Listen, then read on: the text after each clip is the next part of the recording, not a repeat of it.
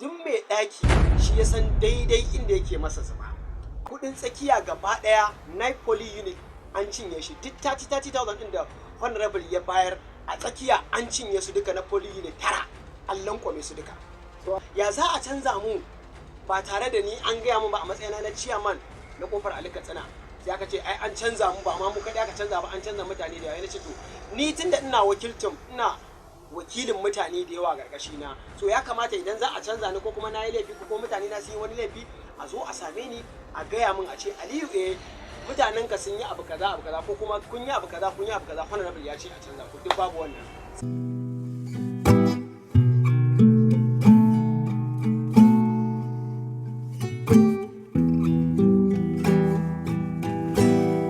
Tashar Sisa TV, tasha mai sada zumunta.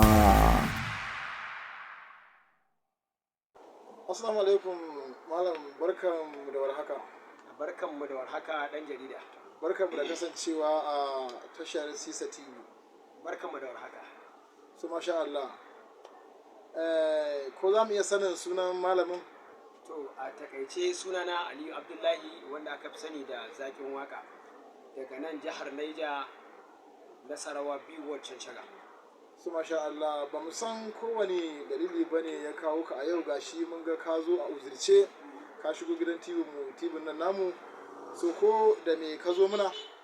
To yau da ka ganni a uzurce ko kuma ce a fusace a gidan wannan TV, ba komai ya kawo ni ba akan maganan dan takararmu ne, wato Honorable Ado Salami. Wato ina fahimci ka kana nufin Honorable Ado Salami wanda yake neman wakilcin Cancaga local government? Kwarai kuwa, insha Allah. To masha Allah, kamar wani korafi ka zo da shi akan hakan, ko kuma wani dan bayani ka zo mai da shi a haka? To dan jarida, a gurguje abin da ya kawo ni gidan wannan TV, a kamar yadda na gaya ma, magana ne akan tafiyar mu ta Honorable Ado Salami. Kila Honorable ya san abin da ke faruwa, kila Honorable bai sani ba, amma gani na yi Honorable ɗan takara ne mai kyau, kuma a Cancaga gaba ɗaya babu wanda ya fi Honorable Ado dacewa da wannan kujerar na ɗan majalisa. Wannan dalilin yasa nake so in yi magana.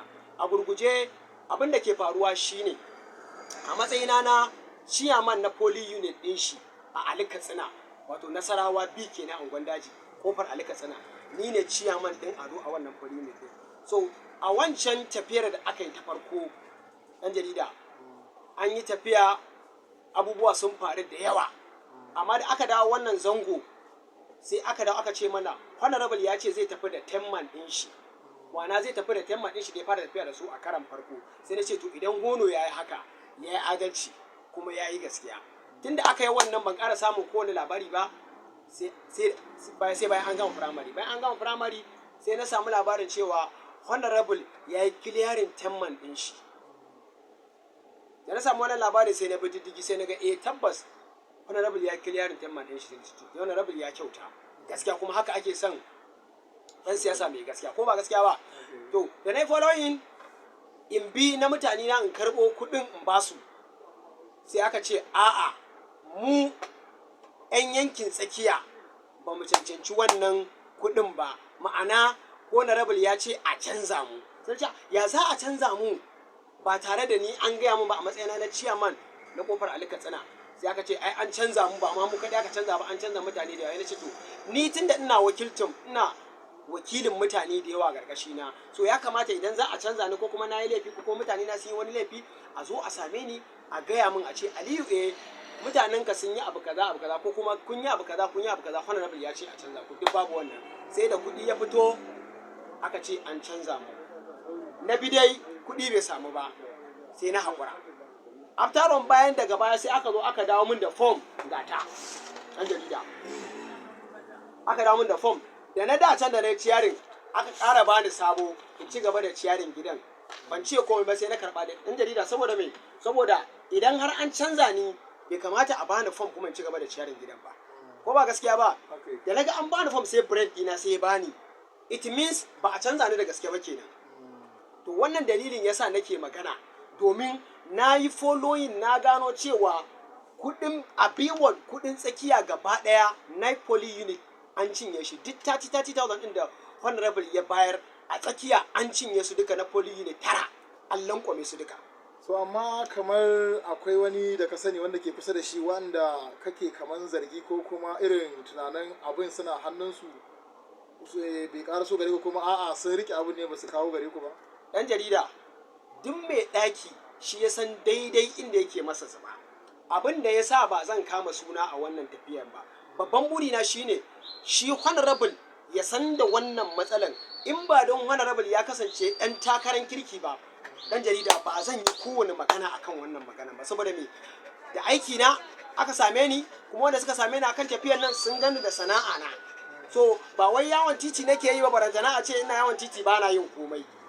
Wannan kenan. Sannan bugu da ƙari ɗan jarida, a tafiyar farko da muka yi mun yi ta yawo da ni da mutane na har muka je UK Bello inda shi honorable ya bada kusan miliyan 40 da wani abu mawad ɗinmu. Ƙarshe aka ce ai party ya ba, shi ma wannan kuɗi na yi ta following ɗin shi, nothing come as return, ba a ban ko naira ba. Haka na zo na ba mutane na kuɗi na ce su yi haƙuri, kuɗin nan fa ba a same su ba, don har sun fara zargi na kamar na cinye wannan kuɗin. So da aka zo wannan ƙarni sai na ga abin yana so ya faru da something irin wannan dalilin yasa na fito nake magana. Kuma a wancan lokacin da muka zo mana meeting a IBB Primary School, shi honorable ya tambayi what ambassador ɗin shi ni Aliyu, na ce su haɗa ni da shi domin ina da abubuwa da yawa da zan gaya mai. Suka ce duk saƙon da zan gaya ma honorable in faɗa musu, su za su gaya ma honorable. Na ce wannan saƙon ba saƙon da zan bayar ba ne, saƙo ne da nake buƙatan honorable ya ji daga bakina. Wani ambassador ɗin suka ce a'a kar in samu damuwa in ba su wannan saƙon. Na ce saƙonnin na da yawa amma zan faɗa musu guda biyu daga ciki. Saƙon farko shine honorable kada ya wasa da ɗan takarar shi, wato Malam Kashiya kenan, domin Malam Kashiya ya fi mu politi kariya a wancan lokacin nake magana. Na ce su gaya mai haka. Abu na biyu, abu ɗaya Ado zai gwada ma Malam a wancan lokacin shine mu muna jam'iyya mai ci, Malam kuma yana jam'iyyar adawa. Domin me abu aka ce maka na gida ne, babu wani ɓoye-ɓoye tun da aikin Ado muke yi. Honorable namu ne, mu 'ya'yan shi ne, mu 'ya'yan jam'iyya ne, ya kamata idan mun ga wata ɓaraka da za ta faru mu yi ƙoƙarin yadda za a ɗinke ta. Duk ba a mun wannan ba. So wannan dalilin ne yasa na fito nake wannan maganan a kai. To yanzu in na fahimce ka, kamar zan iya kamar in ce shi wanda ya kama fam na biyu still ya kamata da a ce ya kamata ka ɗan ji wani abu daga bakin shi, tunda a da farko dai shi ya kawo ma, sannan kuma ga na biyu kenan kamar shi ne ya zama idanka a can kuma shi ne idan Ado a wurinka.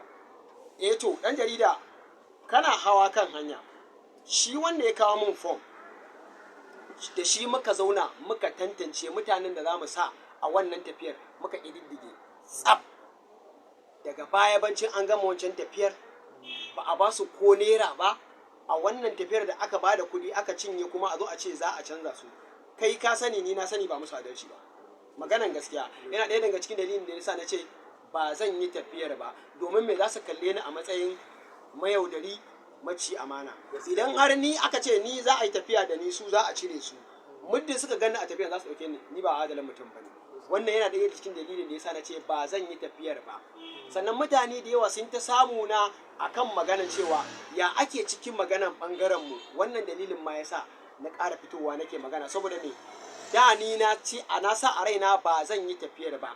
Daga baya sai na zo na ga ya kamata shi honorable ya sanya ake ciki dangane da maganan tafiyar shi a Cancaga, domin wa'annan mutanen da ke wakiltar wa'annan poli unit 9 ɗin ba fa za su yi shi ba idan har suka gano cewa an cinye kuɗinsu, shi ya san da haka. Sannan ba za su mishi aiki ba, kaga akwai baraka kenan. Yawwa, to wannan dalilin yasa nake so honorable ya san da wannan abin. Sannan bugu da ƙari, a lokacin da muka haɗu a party office a wancan lokacin da za a tafi riot, honorable ya yi magana similar to irin maganan da nake ta gudu, dan na so in gan shi a wannan lokacin amma Allah bai so ba. Na ji hono na cewa idan har a tafiyan nan mabiyansa wanda suke tafiyan honorable Ado Salami suka yi baraka, suka yi abin da bai dace ba, ya faɗi daga neman kujeransa su ne suka yi asara ba shi ba. Na ji daɗin magana nan domin ire-iren abubuwan da ni ma ne ta hango ma tafiyar wasu ba dan Allah suke bin shi ba, ko ba gaskiya ba, suna yi a gudu tare a tsira tare bai, suna yi ne da wani manufa na rayuwarsu su kadai. Idan ni zan ma aiki ni Aliyu a tafiyar siyasa, in ba zan yi ka ba zan gaya ma bana yin ka. Idan zan yi ka na maka alƙawarin zan yi ka to zan yi ka, domin me ita siyasa haka ta gada ba ta son tafiyan angulu da kan zabo. Wannan dalilin yasa nake fitowa nake magana domin shi honorable ya san me ke faruwa a can ciga akan tafiyarsa, don wannan magana ce ta gida. Yawa dan jarida. To masha Allah, duk wani korafin da ka kawo mun ji dukkanin korafe-korafenka, saboda kuma muna fatan Allah ya sa korafinka ya kai gare shi, so don koran saboda ya sa wa'anda suke tare da shi su gyara. Domin yadda ake faɗin cewa ba a mugun sarki sai mugun bafadi, ana samun ire-ire ɗin waɗannan matsalan da dama. So yanzu abinda za mu yi faɗi gare ka, ko da kana da wani 'yan shawarwari da za ka iya bashi da kuma mutanen shi mabiyan shi ɗan takaitaccen lokaci. To ɗan jarida, shawara na kusan duk inga na gama bayyana su a cikin maganganun da muka yi. Sannan akwai abin da ɗan jarida ba zai yi mu faɗe shi a gidan TV ba, dole sai ƙila idan na haɗu da mun haɗu a mitin, ko kuma mun haɗu da ɗan takara, ko mun haɗu da ward ambassadors, wa'annan shawarwarin za su gudana. Akwai shawarwarin da za mu yi shi in public.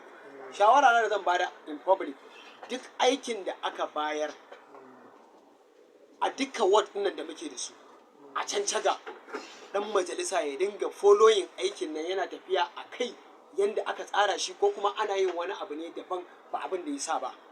Idan yana yin haka, ko da za a samu baraka za a samu da sauki.